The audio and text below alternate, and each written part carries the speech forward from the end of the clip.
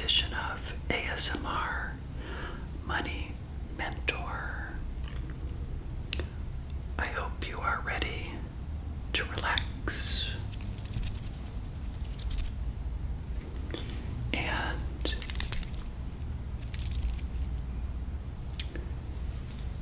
hopefully enjoy another episode where I ramble about various topics. Welcome to Friday, by the way. I know it's been a little while since I did Page-Turning Tingles to help you relax. So I thought I'd bring out my book one more time.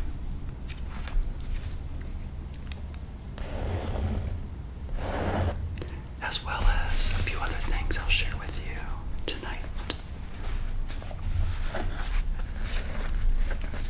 You can see I'm back in my condo. And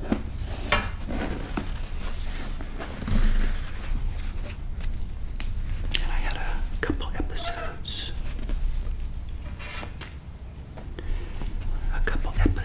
this week.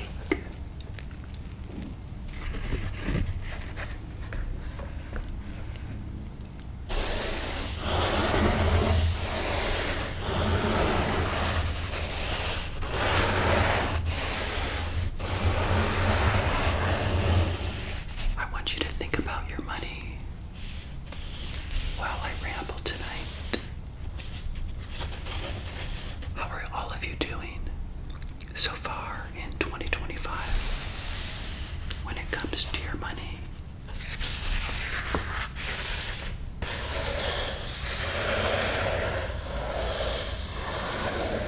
Are you accomplishing your goals?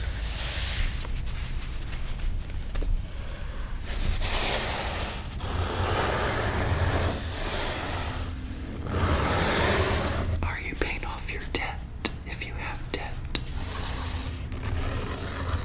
What does your build-a-budget look like?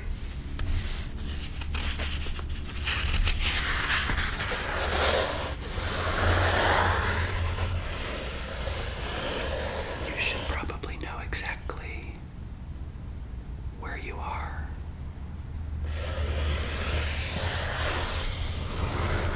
Especially for those of you that are younger.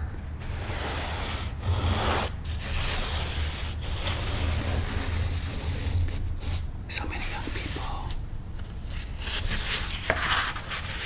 unfortunately, don't think about money. That's why I'm glad you're here. Not only do you like ASMR,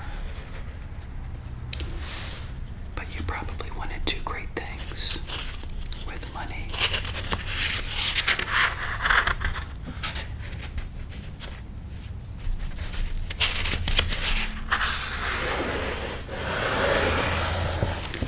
And I think I've said it before on another episode, but this book has all empty pages.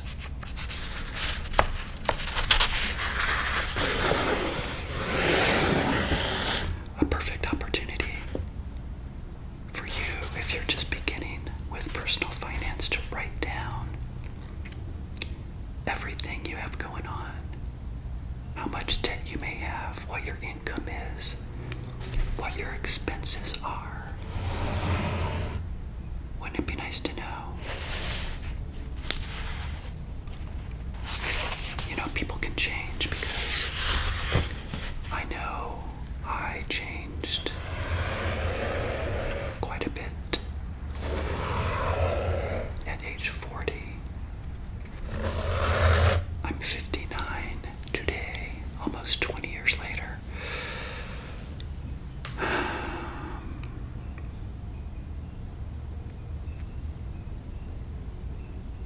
But I wouldn't change my past. Being a financial train wreck for anything, because I finally figured it out. You know, it taught me lessons.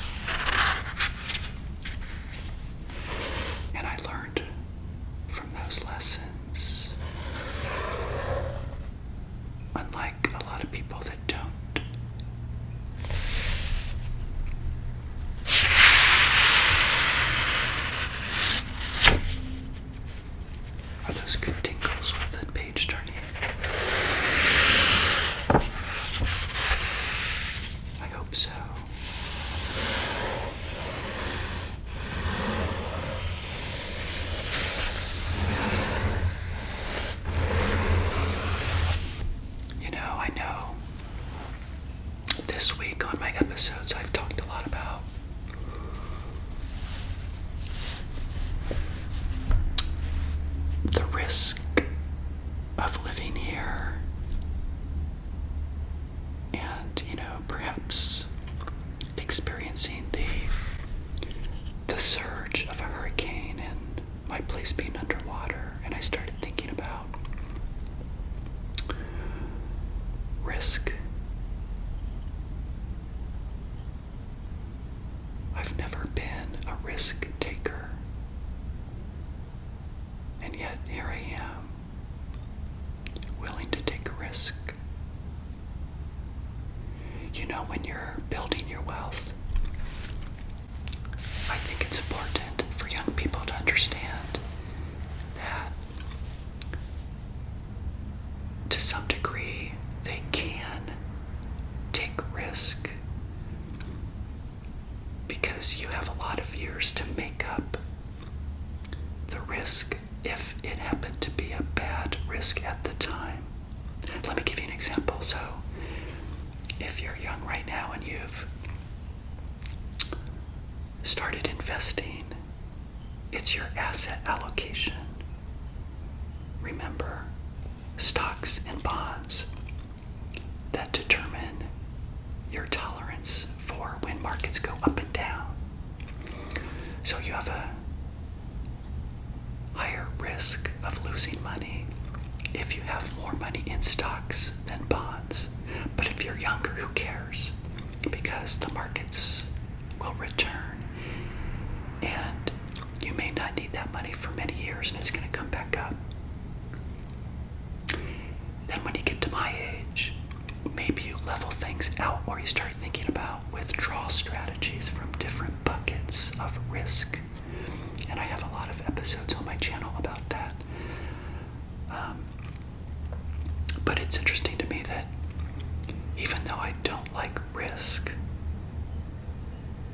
I'm choosing to stay in a flood zone, at least for the moment. In fact, for the remainder of the year, I will be sharing with you some thoughts I have. For example, we know right now, as I shared with you this week,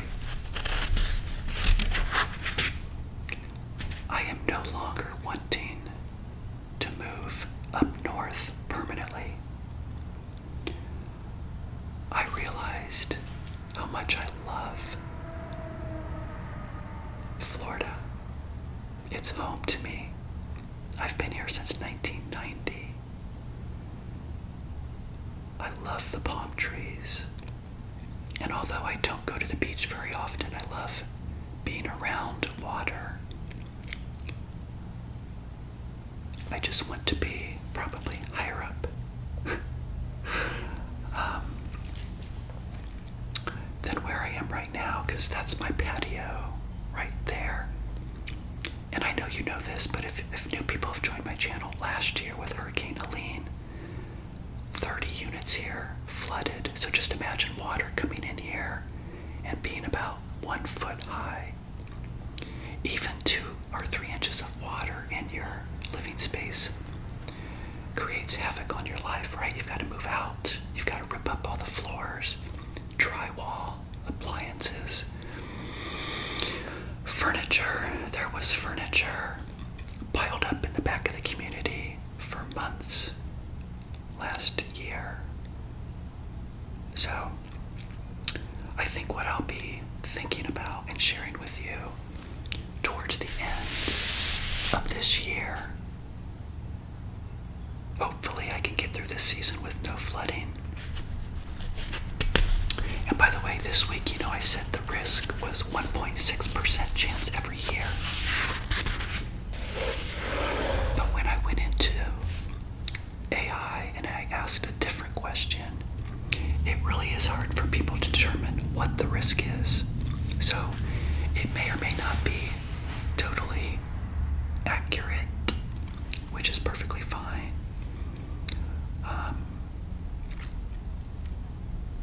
Waters are getting warmer in the Gulf and sea levels are rising. So I also said this week in my episodes that I want to continue to get richer or wealthier, really. And I thought about that, and what I meant was, it really fuels me to know that every year, if I'm not touching my investments yet in early retirement, my net worth is continuing to go up. And every year that this place doesn't flood and I stay here is a win, where I can take that $50, $60, or $70,000 that my investments went up in unrealized gains and hold it, with the thought process that eventually I could use that money to buy another place outright. So if luck is on my side for the next 4 to 5 years, I could have another $200,000 tucked away to then pull the trigger when the trigger is warranted to be pulled, and buy a place outright with money that I accumulated as a result of staying where I am and writing the risk. Yeah, that's a mouthful, right? And yet, I will also share with you that at this point now, I have my mind set on a condo in this community on the 3rd floor. I think I told you about it before. My mind keeps going back to it. It's still for sale at $200,000, which is probably too high, and the owners are probably holding out. But I don't think they're going to get it, not in this environment. So I don't know how motivated they are as a seller, but it's still on Realtor.com, and I look at it occasionally and I start thinking about the opportunity to perhaps buy that unit and then rent this one out. I just have to, in my mind, determine if I want to do that or not. Would it add too much stress? But the way I look at it is, and I'd have to analyze this a little bit more on a spreadsheet, but the income that I would receive seems really attractive to me, because that could be $15,000 a year, maybe $18,000 a year after turnover, and things like that. And then what I would do is just put that away in a savings account or a CD, and then that buffer would continue to grow. And again, I would be writing the risk. If the place floods, the tenant moves out, then I take that money to repair the damage that was done and then get reimbursed, hopefully, through insurance. So it might be a net zero. But a lot of, anguish that one would have to go through. But I would still be high and dry on the 3rd floor in this community. I love this community. That's one thing I realized also by being away.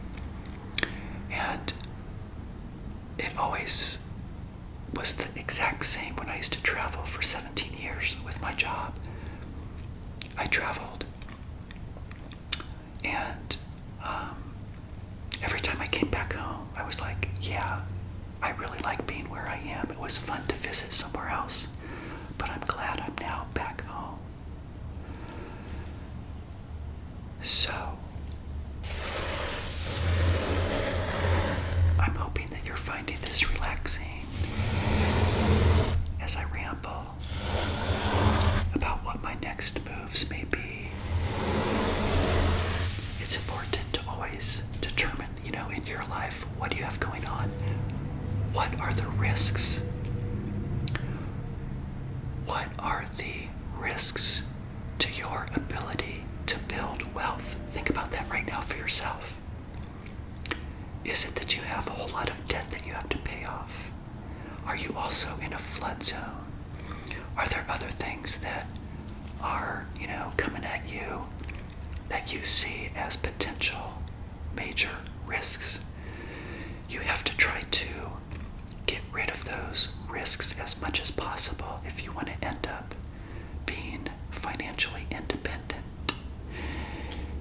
I was younger, I stayed in this condo long term because I knew I wanted to get it paid off.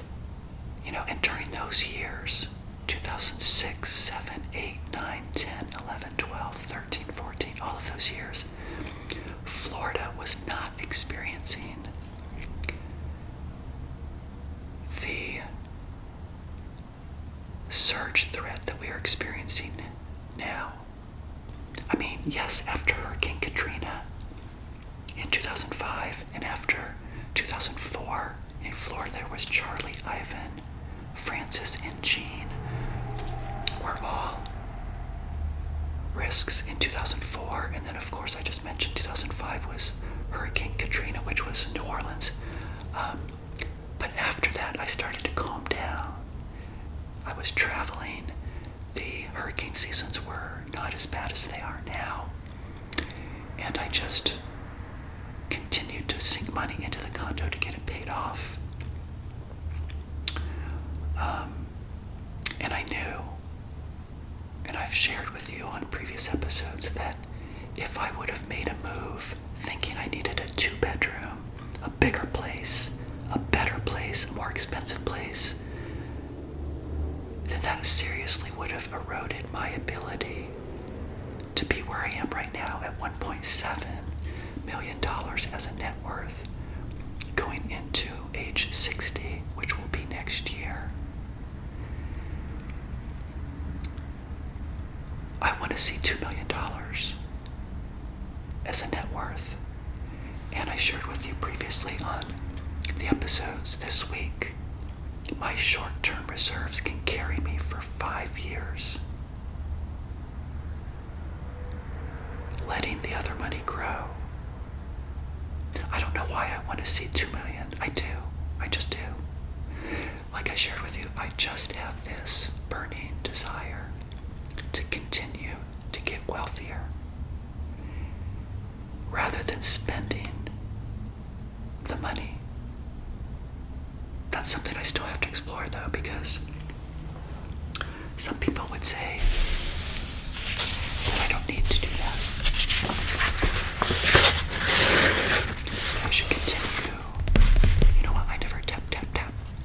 Tap, tap, tap, tap.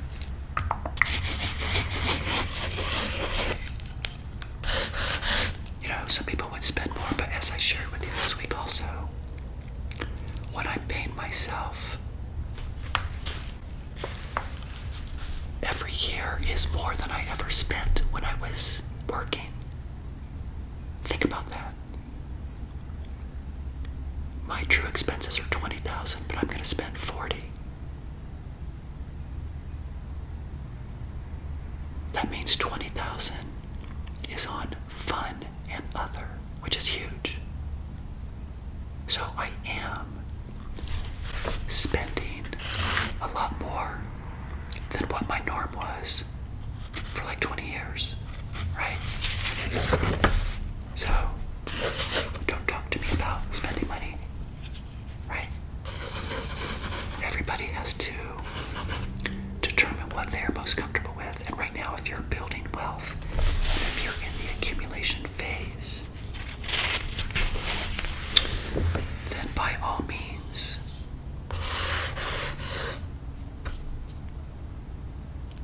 do what you feel is best for you, nobody else. Don't let anybody tell you that you need a financial advisor. I talked about that earlier this week too. A financial advisor says, give me your money and I'm going to invest it for you because you're stupid, you don't know what you're doing.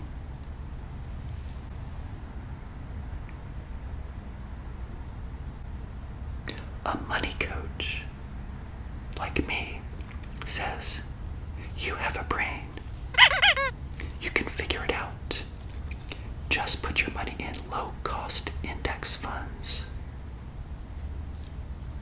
that ride the S&P 500 or whatever indice you want to follow. Just talk to Vanguard, talk to Fidelity. Tell them you want a low-cost index fund, total market, right? You're buying a little bit of shares in companies rather than